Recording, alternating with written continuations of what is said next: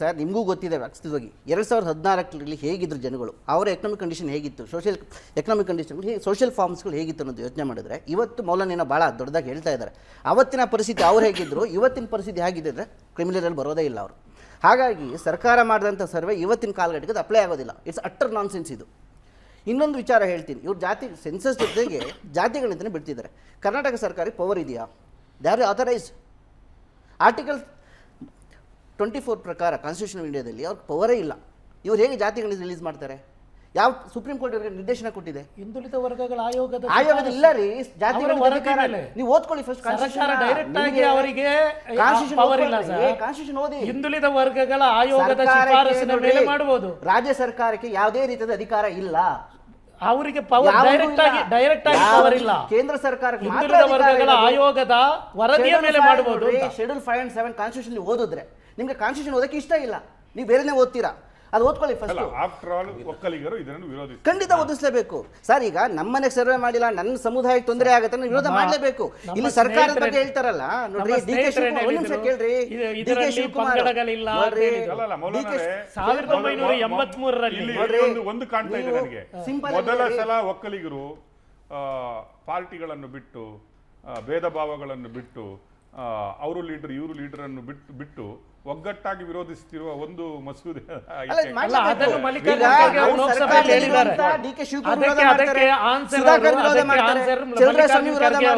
ಲೋಕಸಭೆಯಲ್ಲೇ ಹೇಳಿದ್ದಾರೆ.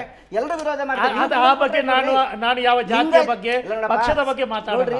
ನಾನು ಹೇಳುವುದೊಂದೇ, 1983ರಲ್ಲಿ ವೆಂಕಟಸ್ವಾಮಿ ಆಯೋಗ ಸರ್ ಇದು ಮಾಡಿದೆ.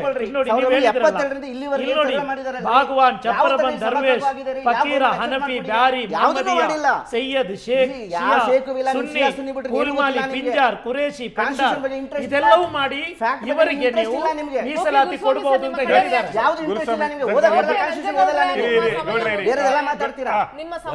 ವೈಜ್ಞಾನಿಕವಾಗಿ ಆಗದೇ ಇರತಕ್ಕಂತ ಈ ಜಾತಿ ಗಣತಿಯನ್ನ ನಮ್ಮ ಸಮುದಾಯ ಒಪ್ಲಿಕ್ಕೆ ತಯಾರಿಲ್ಲ. ಈ ಸಿದ್ಧಗಂಗಾ ಸ್ವಾಮೀಜಿ ಕೂಡ ಹೇಳಿದ್ದಾರೆ, ನಮ್ಮಲ್ಲೇ ಬಂದಿಲ್ಲ, ನನ್ನೇ ಸರ್ವೆ ಬಂದು ಯಾರು ಕೇಳಿಲ್ಲ. ಸ್ವಾಮೀಜಿಗಳಿಗೆ ಗೊತ್ತಿಲ್ಲ, ಸ್ವಾಮೀಜಿಗಳು ಧರ್ಮ ಸ್ವಾಮಿಗಳು, ಅವ್ರು ಯಾವುದೇ ಜಾತಿ ಧರ್ಮ ಇರಲಿ ಆದ್ರೂ ಕೇಳ್ಬೇಕಲ್ಲ.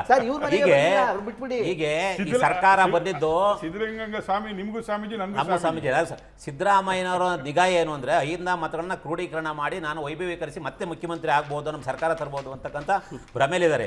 ಈಗ ಸರ್ಕಾರ ಬಂದಿದ್ದು ಯಾರಿಂದ ಅಂದ್ರೆ, ಯಾವಾಗ ಯಡಿಯೂರಪ್ಪನವರಲ್ಲಿ ವೀರಶೈವ ಮುಖಂಡರನ್ನು ಹಿಡಿಸಿದ್ರು ಆವಾಗ ಎಲ್ಲ ಲಿಂಗಾಯತರು 8% ಓಟನ್ನು ಕಾಂಗ್ರೆಸ್ ಹಾಕಿದ್ಕೆ ಅವ್ರು ಬಂದಿದ್ದು. ಈಗ ಮೂಗಿಗೆ ತುಪ್ಪ ಹಚ್ಚಿ ಹೊಟ್ಟೆಗೂ ಬರಬಾರ್ದು, ಬಾಯಿಗೂ ಸಿಗಬಾರ್ದು, ಮೂಗಿ ತುಪ್ಪ ಹಚ್ಚಿ ಕೆಲಸ ಮಾಡಿದ್ರೆ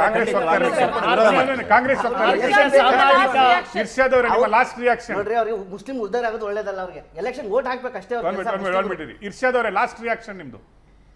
ಸರ್, ಸಂವಿಧಾನದ ಅಡಿನಲ್ಲಿ ಡಾಕ್ಟರ್ ಬಾಬಾ ಸಾಹೇಬ್ ಅಂಬೇಡ್ಕರ್ ಕೊಟ್ಟಂತಹ ಸಂವಿಧಾನದ ಅಡಿನಲ್ಲಿ ಸಮಾಜದ ನಿರ್ಮಾಣದ ಮುಂದುವರೆದ ಭಾಗವಾಗಿ ಎಲ್ಲ ಶೋಷಿತವರ್ಗಿರ್ಬೋದು, ಹಿಂದುಳಿದವರಿರ್ಬೋದು, ದಲಿತರು, ಅಲ್ಪಸಂಖ್ಯಾತರು ಎಲ್ರಿಗೂ ಈ ದೇಶದಲ್ಲಿ ಮುನ್ನೆಲೆಗೆ ಬರೋದಕ್ಕೆ ಯಾರ್ಯಾರು ಅವಕಾಶ ವಂಚಿತರಿದ್ದಾರೆ ಅವರಿಗೆ ಶೈಕ್ಷಣಿಕವಾಗಿ, ಸಾಮಾಜಿಕವಾಗಿ ಒಂದು ನೆಲೆ ಕೊಡುವ ನಿಟ್ಟಿನಲ್ಲಿ ಈ ಸರ್ಕಾರ ಕ್ರಮ ಕೈಗೊಳ್ಳುತ್ತೆ. ಮುಂದಿನ ದಿನಗಳಲ್ಲಿ ಸ್ಪಷ್ಟವಾಗಿ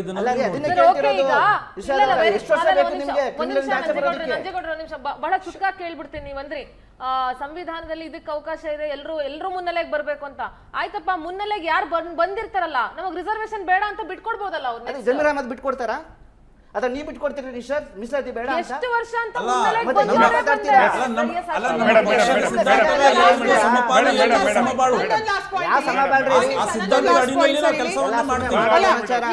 ಇಲ್ಲಿ ನಡೀತಾ ಇರೋದೇನು ಅಂತಂದ್ರೆ, ನನ್ನೊಂದು ಲಾಸ್ಟ್ ಕಾಮೆಂಟ್, ಇಲ್ಲಿ ನಡೀತಾ ಇರೋದೇನು ಅಂತಂದ್ರೆ ಸಿದ್ದರಾಮಯ್ಯನವ್ರದ್ದು ಸರ್ವಾಧಿಕಾರಿ ಸಿದ್ಧ. he is made for it. ಆಯ್ತಾ? ಮತ್ತೆ ಈ ರಿಪೋರ್ಟ್ ಏನಿದೆ ಅವೈಜ್ಞಾನಿಕ, ಸತ್ಯಕ್ಕೆ ದೂರವಾದದ್ದು. ಮತ್ತೆ ನಂದೊಂದು ಪ್ರಶ್ನೆ ಕೂಡ ಇದೆ ಸಿದ್ದರಾಮಯ್ಯನವರಿಗೆ ನಿಮ್ಮ ವಾಹಿನಿಯ ಮೂಲಕ. ಈ ಸಮೀಕ್ಷೆಯಲ್ಲಿ ಹೊಸದಾಗಿ ನೀವು 192 ಹೊಸ ಜಾತಿಗಳನ್ನ ಸೇರಿಸಿದೀರಾ. ಎಲ್ಲಿಂದ ತಂದ್ರಿ ಆ ಜಾತಿನ?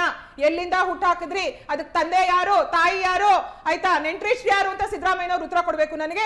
ಅವಾಗ ಕರ್ನಾಟಕದ ಜನತೆ ನಾವ್ ಇದನ್ನ ಒಪ್ಕೊಳ್ತೀವಿ. ಸಿದ್ದರಾಮಯ್ಯನವರೇ, ಈ ರೀತಿ ಮೂಗಿಗೆ ತುಪ್ಪ ಸವರೋ ಅಂತದ್ದು ಒಂದು ತುಷ್ಟೀಕರಣ ರಾಜಕಾರಣ ಮಾಡೋದನ್ನ ಬಿಡಿ, ನೈತಿಕವಾದ ರಾಜಕಾರಣವನ್ನ ಮಾಡಿ ಗೆದ್ದು ತೋರಿಸಿ, ಆವಾಗ ಒಪ್ಕೋತೀನಿ ನೀವೊಬ್ಬ ಪ್ರಬುದ್ಧ ರಾಜಕಾರಣಿ ಅಂತ.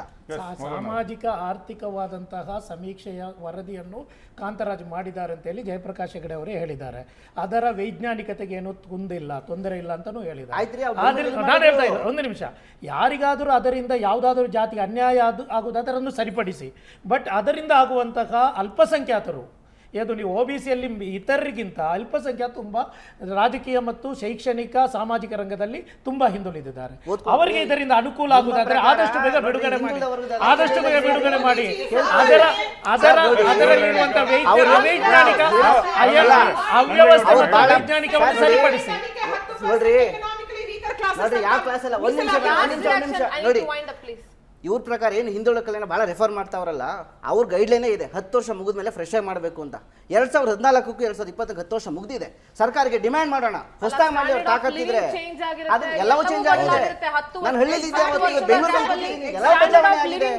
ಯಾಕೆ ಫ್ರೆಶ್ ಮಾಡಿ ಎಲ್ಲವೂ ಬದಲಾಗಿರುತ್ತೆ.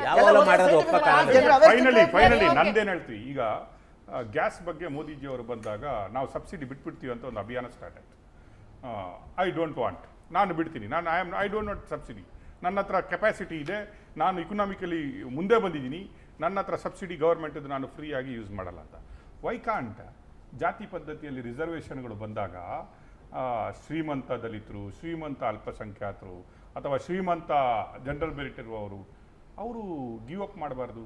ನನಗೆ MLA ಬೇಡ, ನಮ್ಮಲ್ಲಿ ಶೋಷಿತ ಇದ್ದಾರೆ, ಅವರು ಮುಂದೆ ಬರಬೇಕು, ಅವ್ರಿಗೆ MLA ಮಾಡಿ, ಅವನನ್ನು ಕಾರ್ಪೊರೇಟರ್ ಮಾಡಿ, ಶೋಷಿತರನ್ನು ಮಾಡಿ. That need to be discussed. And ಇವತ್ತಿಂದ ಆ ಅಭಿಯಾನ ಸ್ಟಾರ್ಟ್ ಆಗಬೇಕು. ಇನ್ಸ್ಟೆಡ್ ಆಫ್ ಆಸ್ಕಿಂಗ್ ನಾನು ದಲಿತ, ನಾನು ಮುಸ್ಲಿಮು, ನಾನು ಹಿಂದುಳಿದವನು, ನನಗೆ ರಿಸರ್ವೇಷನ್ ಕೊಡಿ ಹೇಳೋದಕ್ಕಿಂತ ಐ ಆಮ್ ಇಕನಾಮಿಕಲಿ ಬ್ಯಾಕ್ವರ್ಡ್, ನನಗೆ ಪುಷ್ ಬೇಕು ಅಂತ ಕೇಳೋದು. I think that is much better. Thank you Irshad ಅವರೇ, ಭಾಗಿಯಾಗಿದ್ದಕ್ಕೆ ಥ್ಯಾಂಕ್ ಯು ಸೋ ಮಚ್. ಎಲ್ಲರಿಗೂ ಕಾರ್ಯಕ್ರಮದಲ್ಲಿ ಭಾಗಿಯಾಗಿದ್ದಕ್ಕೆ